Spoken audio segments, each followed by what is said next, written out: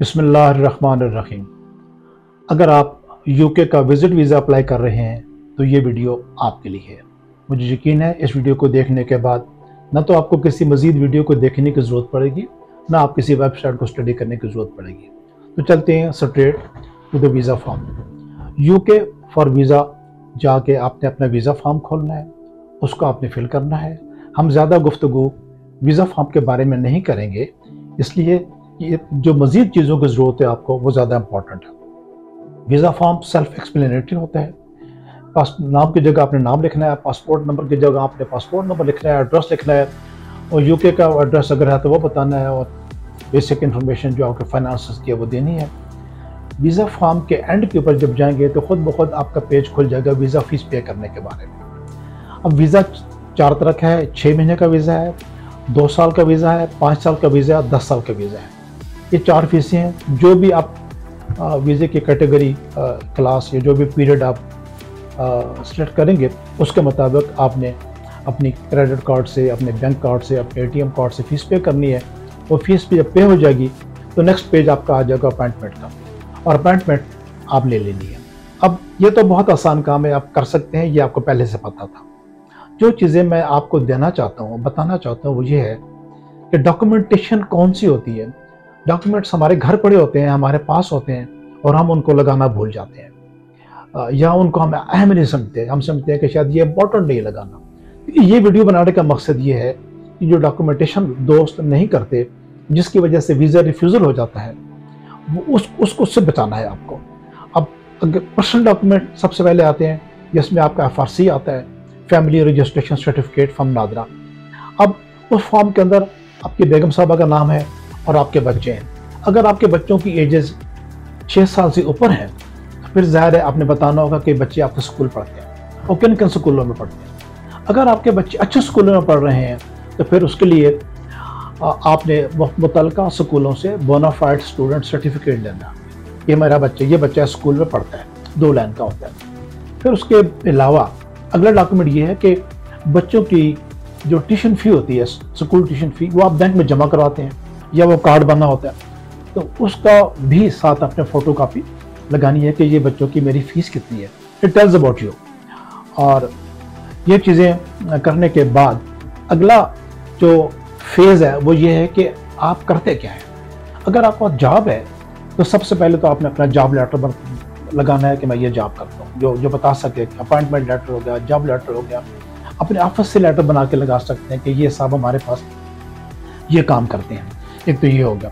फिर उस job letter के बाद आपकी सैलरी स्लिप्स हैं, वो 3 महीने की चाहिए, वो लगा दीजिए आप कि आपकी कितनी सैलरी है, क्योंकि वो आपने ऑलरेडी वीज़ा फॉर्म में लिखी हुई है उसके मुताबिक। नेक्स्ट, वो जो सैलरी है आपकी बैंक जा रही है, फिर आपने बैंक स्टेटमेंट लगानी है 6 मंथ्स। यहाँ ये बताना ज़रूरी है कि बैंक स्टेटमेंट की इंपॉर्टेंस बहुत ज़्यादा है वीज़ा के लिए।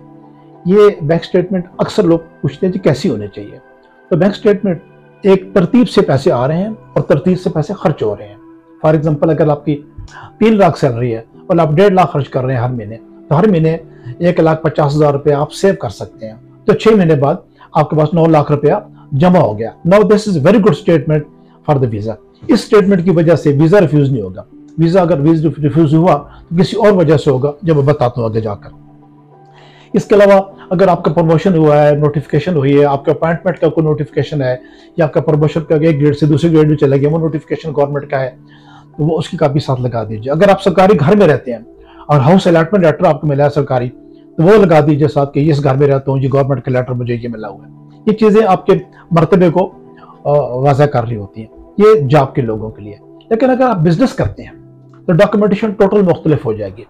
सबसे पहले बिजनेसमैन लोगों के लिए उनका NTN है, नेशनल टैक्स नंबर जो होता है, FBR की तरफ से मिलता है आपको, हर बंदे का पड़ा हुआ है वेबसाइट के ऊपर। उसके अलावा फिर आपकी बिजनेस की टैक्स रिटर्न है, लास्ट 3 ईयर्स, ये लगानी है आपने। फिर आपके पर्सनल टैक्स रिटर्न है, ये भी लास्ट 3 ईयर्स। अभी पर्सनल टैक्स रिटर्न के बारे में ये बताता चलूँ, उसके अंदर चीज़ें आपने डिक्लेयर की हुई हैं कि आपके असासी कितने हैं, आपका घर है, आपका प्लाट है, आपकी गाड़ी है, आपका प्लाजा है, ये सब चीज़ें भी लगानी है। फॉर एग्जाम्पल, अगर आपके पास गाड़ी है तो स्मार्ट कार्ड की कलर कापी आप लगा दीजिए, ये ज़रूरी है। इसके अलावा बिजनेस की बैंक स्टेटमेंट और बैंक से मिलता है एक अकाउंट मेंटेनेंस लेटर आपके बिजनेस के बारे में, बिजनेस अकाउंट के बारे में, ये भी साथ लगाना है आपने। फिर आपकी पर्सनल बैंक स्टेटमेंट, ये 6 महीने की होती है फॉर द लास्ट 6 मंथ्स, ये भी आपने, फिर उनका पर्सनल बैंक स्टेटमेंट के साथ अलहदा account maintenance letter from the bank, ये भी आपने लगाना है जी। फिर इसके अलावा आपने बताना बिजनेस क्या करता हूँ, मेरा बिजनेस का नेचर ऑफ बिजनेस क्या है और किस जगह पे होता है। अगर वो बिल्डिंग या जगह या प्लाट वो आपका अपने नाम है, उसका प्रूफ ऑफ ओनरशिप लगाना है जी आपने। और अगर वो किराए पे है, उसका रेंट एग्रीमेंट लगा दीजिए, उस पर आपका लिखा होगा। फिर 3 मंथ्स की यूटिलिटीज बिल्स, जो बिजली पानी गैस के बिल आते हैं वहाँ 2-3 महीने के, ये भी आप लगा दें साथ, तो पता चले कि आपका वॉल्यूम ऑफ यूजेज क्या और बिजनेस क्या करते हैं। फिर आपके बिजनेस के बारे में, अगर आप FBR के साथ SCCP के साथ रजिस्टर्ड है, SCCP का रजिस्ट्रेशन लगाना है जी साथ आपने। फिर आपने memorandum of article of association, फिर फाइनेंशियल स्टेटमेंट, चार्टर अकाउंटेंट बनाते हैं, वो फाइनेंशियल स्टेटमेंट भी लगा दीजिए साथ। फिर अगर आपने जो खाम माल जो लेते हैं, प्रोक्योरमेंट करते हैं अपने कारखाने को, अपनी फैक्ट्री को, प्रोडक्शन यूनिट को चलाने के लिए, तो वो जो proof of purchase of raw material है वो आपने लगाना है साथ। अगर लोकल लेते हैं तो लोकल लोगों से वो जो इन्वाइसेस लेते हैं वो लगा दीजिए।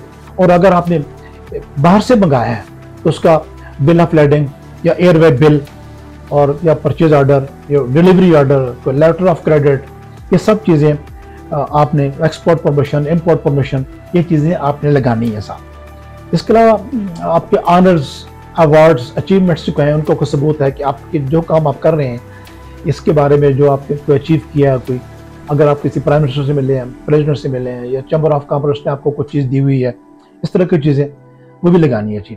और सबसे आखिर में most important this is, you will have to write a letter, एक लेटर लिखना है आपने टू द वीजा अफसर कि मैं ये करता हूँ, ये मैं टैक्स इतना दिया है पूरे साल में, वॉल्यूम ऑफ बिजनेस ये है और इसमें मेरी सेविंग ही हुई है।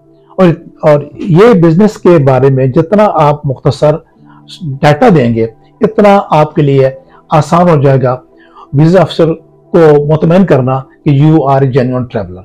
याद रखिए, साथ आपने बताना है कि आप जब यूके जा रहे हैं तो यूके में आपने कहाँ रहना है। अगर होटल बुकिंग आपने लगाई हुई है तो वो अच्छी होटल बुकिंग लगाइए।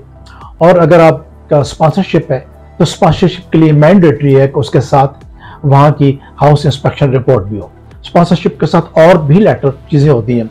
फॉर एग्जाम्पल, जो बंदा आपको स्पॉन्सर करता है उसका पासपोर्ट होता है, उसका बैंक स्टेटमेंट होती है 3 मंथ्स की, उसके जॉब या बिजनेस का सबूत होता है, फिर उसका घर का सबूत होता है, लैंड रजिस्ट्री की कॉपी होती है या लीज एग्रीमेंट की कॉपी होती है, फिर आखिर में P60 टैक्स का पेपर होता है। लेकिन it is very important her sponsorship के अंदर कि आप उसकी वो हाउस इंस्पेक्शन रिपोर्ट जरूर लगाइए। उसमें ये लिखा होता है कि इस घर में पहले कितने लोग रह रहे हैं और कितने लोग मजीद रह सकते हैं। और अगर आप उतने लोग जितने रह सकते हैं, अगर आप 2 बंदे रह सकते हैं तो 2 बंदों का वीजा लग सकता है उसके ऊपर, 4 का नहीं लग सकता। ये चीजें, ये बुनियादी मोटी मोटी बातें हैं जो मैंने कहा, दोस्त पूछते रहते हैं और इसको रिकॉर्ड करके एक दफा रख दिया जाए ताकि आप लोग इसको फायदा उठाएं। अगर आपको ये वीडियो अच्छी लगी है, अगर आप समझते हैं कि मैंने कोई काम की बात आपको बताई है, तो अगर आप चाहते हैं तो ये चैनल सब्सक्राइब कर लीजिए ताकि मेरी आइंदा की वीडियोस जिनके अंदर मैं इसी तरह की बुनियादी मालूमात देता हूँ वो आप तक पहुँचते रहें। अल्लाह पाक आपका हमें नासर हो। बहुत बहुत शुक्रिया।